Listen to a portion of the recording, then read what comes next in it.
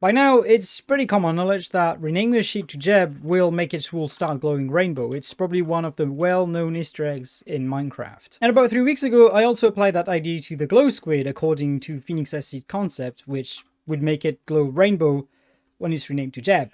But see, we stopped there. The way I did it is that I used a shader, meaning I can literally apply it to any mob. So if we want, we can have rainbow cows, or even better, rainbow bees. We can have pretty much every mob rainbow, including chickens, for instance. However, since their feathers are white and the way it's made is it shifts the hue of the mob gradually, it's only gonna have its beak and legs that are gonna switch. But still, now another thing I didn't mention is that effect also makes them glow. In the nighttime, the Jeb mobs I made basically just glow in the dark.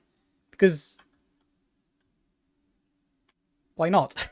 I asked you guys about a few ideas of what you would like to see as rainbow glowing mobs, so let's check out some of those. So as I just mentioned, this effect works really well on colored mobs and brightly colored mobs, and the zombie I think is going to be a perfect example of that, and it just turns it into a raver. But on the contrary, skeletons, being, you know, all grey, aren't going to change at all. It's just going to make them glow.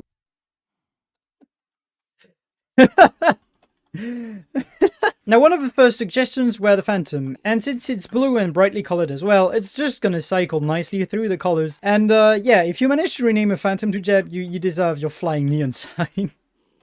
This is nice. Hold on. And this looks even better in moody brightness. You just random glowing mob. Now, another brightly colored mob is obviously the creeper, which is gonna look nice. It just looks exactly like elemental creepers is cycling through the creeper types.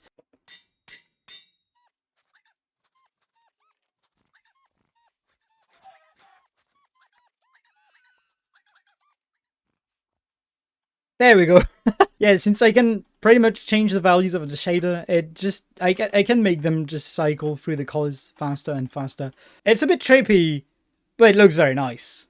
Now, another suggestion that was made were the drowned, and I gotta admit, deep down in the ocean, when they glow and we're on Moody, they do look a bit stunning. So as you can see, I also made every mob called Jeb in the world, which leads to some interesting views of fish.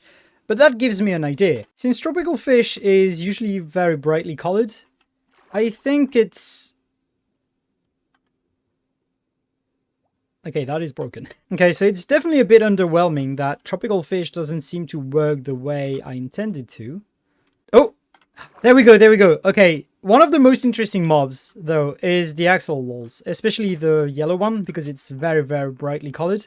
It looks a bit too bright, but it does look interesting. So as you can see, the different types of axolotls, the white or pink ones, or the brown ones, are a bit tame. But for the yellow axolotl, since it's extremely bright, it's just gonna glow perfectly. Two other interesting examples are rainbow turtles and rainbow pigs. Again, literally every mob that is brightly colored is gonna work flawlessly, but these take the cake, seriously. They just look so inconspicuous. And the last example of very brightly colored mobs are obviously parrots. And yeah, these also work really nicely. This is what an ocean monument looks like, with all its guardian looking like bright and dangerous jellyfish. But I'm actually curious what the Nether can look like, so let's check it out. Everything just looks like a rave party. Ghast being grey just glow normally. Okay, blazes are really, really nice. Okay, that works pretty nice, and as you can see, I also applied it to every mob. So it also works in spawner, which is an interesting effect. And this is what a raid looks like when everything is just rainbow. It works pretty well. You could say it's a raid party.